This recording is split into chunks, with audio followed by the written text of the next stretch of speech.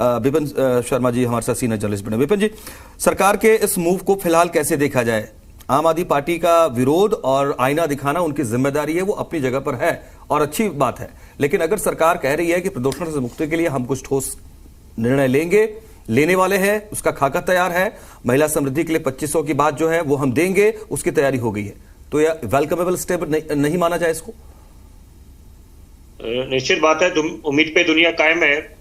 और हम लोग आशावादी लोग हैं और क्योंकि यहाँ पर उम्मीद ये लगा के बैठे हैं कि कम से कम जो मूलभूत समस्याएं हैं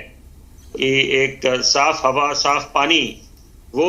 एक दिल्ली के नागरिक को मुहैया हो और उसमें किसी तरह की राजनीति ना हो, क्योंकि यहाँ पर आधे से ज्यादा समय खराब हो जाता है केवल राजनीति करने में, एक दूसरे को दोषारोपण करने में। तो मुझे लगता है उस चीज से बचने की आवश्यकता है। और देखिए, जहां प्रेस कॉन्फ्रेंस करने की आवश्यकता है वो अपनी बात बिल्कुल दुरुस्त है, लेकिन साथ साथ ऐसे भी नहीं हो कि आप सारा समय ही प्रेस कॉन्फ्रेंस, क्योंकि अभी निवान शर्मा जी को सुन रहा था, निश्चित बात है जहां पर आईना दिखाने की बात कर रहे हैं वो बिल्कुल मैं उनके साथ खड़ा हूं, आईना दिखाना चाहिए मजबूती से। आप सरकार की डे वन से खामियां उजागर करें, उनको घेरें ताकि वो लोग काम करें और जो वायदे करें चुनावी मैदान में जाके उनको पूरा करें। लेकिन यहाँ पर सबको मंथन करना चाहिए कि यहाँ पर क्या कारण है कि अगर जनता ने किसी एक राजनीतिक दल को नकारा है तो वहां पर मुझे लगता है उतार चढ़ाव चलते रहते हैं और अपनी गलतियों से ही राजनीतिक दल सीखते हैं, नेता सीखते हैं। क्योंकि यहाँ पर देखिए, एक तो पूर्ण राज्य का ओहदा नहीं मिल सकता दिल्ली को, साथ साथ जब कोरोना काल आया तो हमने देखा कि इम्यूनिटी, एक नया शब्द हमने सीख लिया कि इम्यूनिटी को कैसे बूस्ट करा जाए और प्राणवायु को लेकर हाहाकार मच गया। और फिर अब चुनावों में यहां पर हमने देखा कि कैसे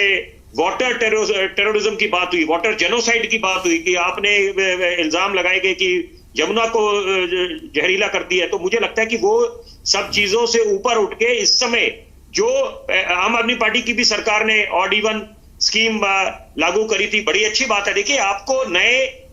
इनिशिएटिव्स लेने पड़ेंगे, नए रिफॉर्म्स लाने पड़ेंगे, क्योंकि ताकि आप शुरुआती, जैसे कहते हैं टीथिंग प्रॉब्लम्स होती है, शुरुआती दिक्कत आ सकती है एक आम आदमी को, नागरिकों को, लेकिन वहां पर अगर उनके खुद के हित में, लॉन्ग टर्म में, तो वो सबको सहयोग देना चाहिए। और वही बात है कि भाजपा ने भी ये बिल्कुल डे वन से बिल्कुल एक साफ संदेश देने का प्रयास करा है। और जो पर्यावरण मंत्री है मनजिंदर सिंह सिरसा, तो जो एक पहल कर रहे हैं यहाँ पर और खासतौर पे ये आश्वस्त कर रहे हैं कि 80% पेट्रोल पंप्स पे वो जो अवेक सिस्टम है उसको इंस्टॉल करा गया है और ऑप्टिमम यूज करा जाएगा, जो तकनीकी, जो टेक्नोलॉजी है, इनोवेशंस है, ताकि निजात दिला पाए प्रदूषण से। क्योंकि यहाँ पर वेहिकुलर पॉल्यूशन एक बात है, वाटर पॉल्यूशन दूसरी बात है, एयर पॉल्यूशन दूसरी बात है, डस्ट पॉल्यूशन। तो यहाँ पर ये बड़ी जरूरी बात है समझने के लिए कि ताजी हवा क्यों चाहिए। क्योंकि अगर हम यूनाइटेड नेशन के सस्टेनेबल डेवलपमेंट गोल्स की बात करें, जो 17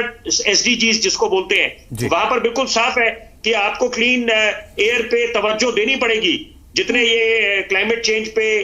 समिट्स होते हैं, वहां पर आप बात करते हैं कि कैसे एमिशंस को, पॉल्यूटेंट लेवल को नीचे लाया जाए। तो यहाँ पर तो मुझे लगता है सबके योगदान की आवश्यकता है। विपिन सर, बड़ी बात आप 15 साल पुराने जो डीजल के, जो 15 साल पेट्रोल वाले और 10 साल डीजल वाले, तो वो उनपे अगर कोई एक ऐसा कदम उठाया जा रहा है तो मुझे लगता है उसमें जनता का भी सहयोग की आवश्यकता है। और साथ साथ लेकिन एक बात तय है कि यहाँ पर अभी चुनौतियां काफी होंगी यहाँ पर भाजपा के सामने, क्योंकि 2500 वाली बात है, उसकी भी उम्मीदें लगा के बैठे हैं कि महिला दिवस पे वो मिलना चाहिए, ताकि एक जनता आश्वस्त हो जाए कि वाकई में वो जो वायदे करे थे। और क्योंकि वो प्राइम मिनिस्टर, प्रधानमंत्री की भी गारंटी है, क्योंकि लोगों ने प्रधानमंत्री पे भरोसा जताया है। तो निश्चित बात है अब कुछ समय रह गया है यहाँ पर, और यहाँ पर सबसे जरूरी बात है कि हम वो अव्वल दर्जे का शिक्षा मॉडल दें या स्वास्थ्य मॉडल दें, लेकिन सबसे पहले मुझे लगता है कि साफ पानी और साफ हवा, ये एक सबका हक है यहाँ पर दिल्ली वालों का, ठीक, खासतौर पर।